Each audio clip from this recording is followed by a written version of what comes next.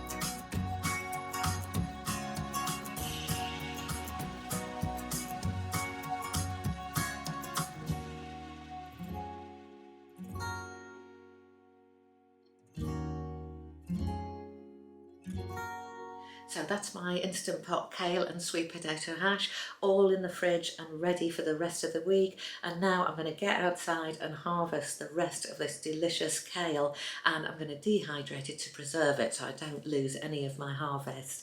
And if you don't know how to dehydrate kale, have a look at this video. It'll show you exactly how to do it.